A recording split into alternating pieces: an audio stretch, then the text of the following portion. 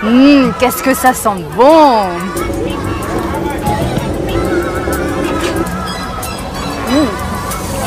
Oh, super bon! À essayer!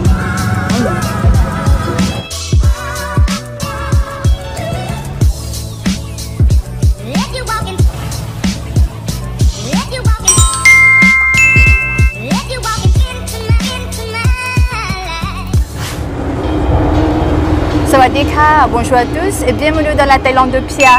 J'espère que vous allez bien.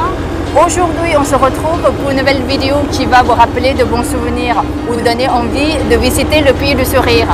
Pour ceux qui ne me connaissent pas encore, je me présente. Je m'appelle Phia et je suis guide francophone indépendante à Bangkok. Dans cette vidéo, nous allons faire un tour dans le quartier de Wang Lang, qui est situé non loin du Grand Palais. Si vous êtes à la recherche d'un quartier local, je vous conseille de le rajouter dans votre liste des sites à visiter à Bangkok. Cet endroit est extrêmement populaire chez nous, mais peu connu des touristes. Préparez vos papilles, car je vais vous faire déguster quelques spécialités du quartier. Si vous êtes prêts, let's go!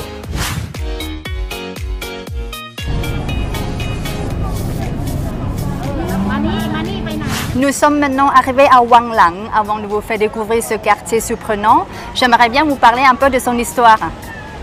En fait, le mot Wang Lang signifie littéralement « derrière le palais ». C'était à l'origine un titre que le roi donnait à la personne chargée de protéger la moitié ouest de la capitale. Cette personne était généralement un noble ou un membre de la famille royale. À l'époque, il y avait aussi un autre titre appelé Wang Na qui signifie « devant le palais ». Ce titre était réservé à l'héritier du roi et son rôle était de seconder le roi et de protéger la moitié est de la ville. Au XVIIIe siècle, pendant le règne de Rama Ier, premier roi de la dynastie actuelle, la résidence Wang Lang se trouvait ici.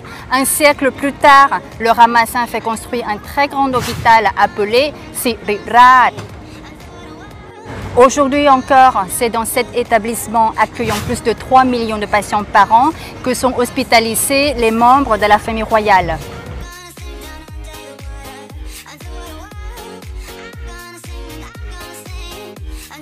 De l'autre côté de la rue, c'est le paradis de la street food. Comme l'hôpital et la fac de médecine sont juste à côté, le quartier est très fréquenté par les docteurs, les infirmières et les étudiants.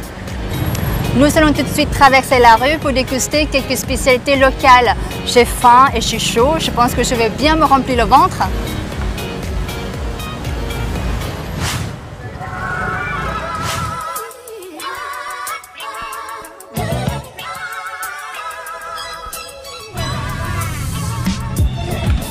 Ce marché en forme de U est composé de petites ruelles et pour ne pas vous perdre, je vous conseille de commencer par les stands de nourriture situés dans la rue principale. Moi, j'aime bien me balader ici pour trouver quelque chose à grignoter.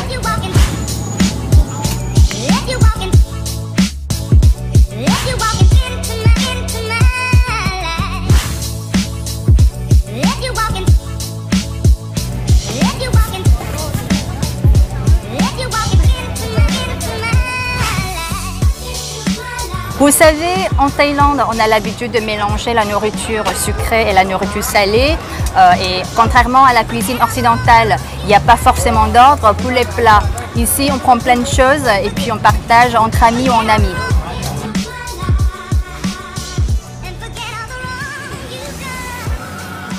Le premier plat que l'on va goûter est appelé Khanom Klok. Le mot Khanom veut dire dessert, Klok veut dire mortier.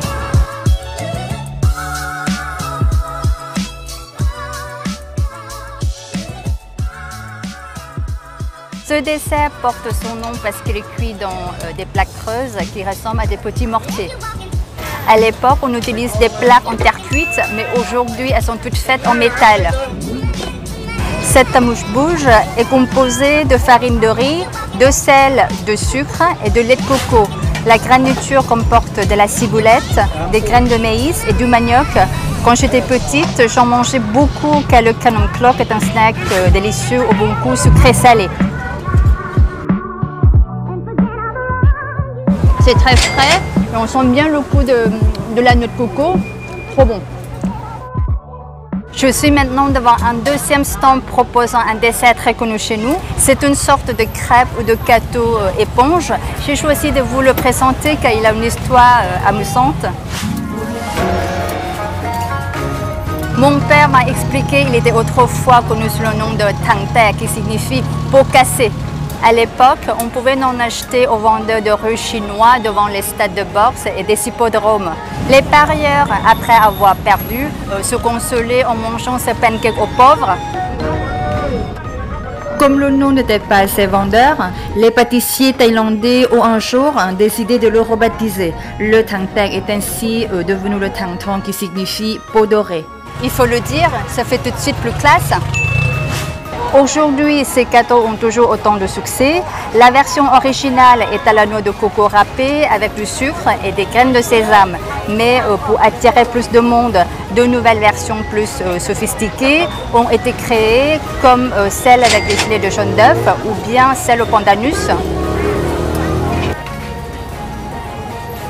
Avec le temps, la taille aussi a changé. Le Thang Thong est devenu plus petit pour nous encourager à goûter de nouvelles saveurs. Avant d'arriver au cœur du marché, on va s'arrêter à mon stand préféré pour prendre des rouleaux de printemps. Il y a toujours du monde ici. Normalement, il faut attendre au moins un quart d'heure, surtout pendant les heures de pointe.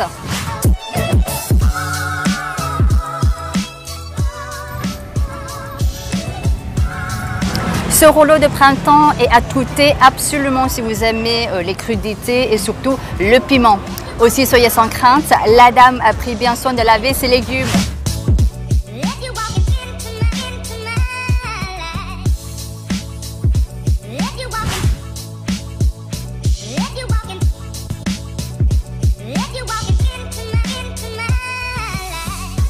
On accompagne généralement le rouleau de printemps d'une sauce piquante, mais vous pouvez très bien l'apprécier nature car la pâte et les feuilles vertes sont très fraîches. Ici, on peut en trouver au porc, au thon et au surimi.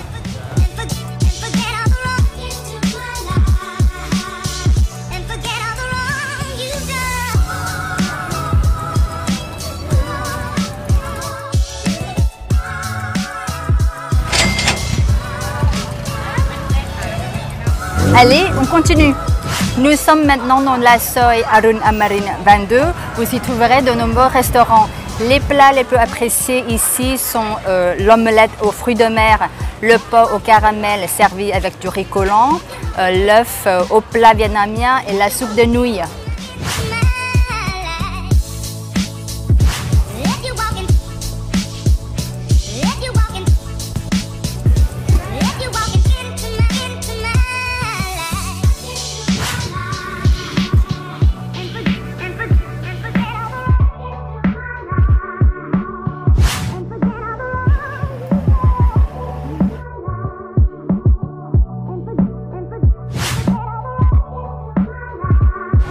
Après manger, n'hésitez pas à vous balader. Vous pouvez également trouver des chaussures et des vêtements pour femmes à petit prix.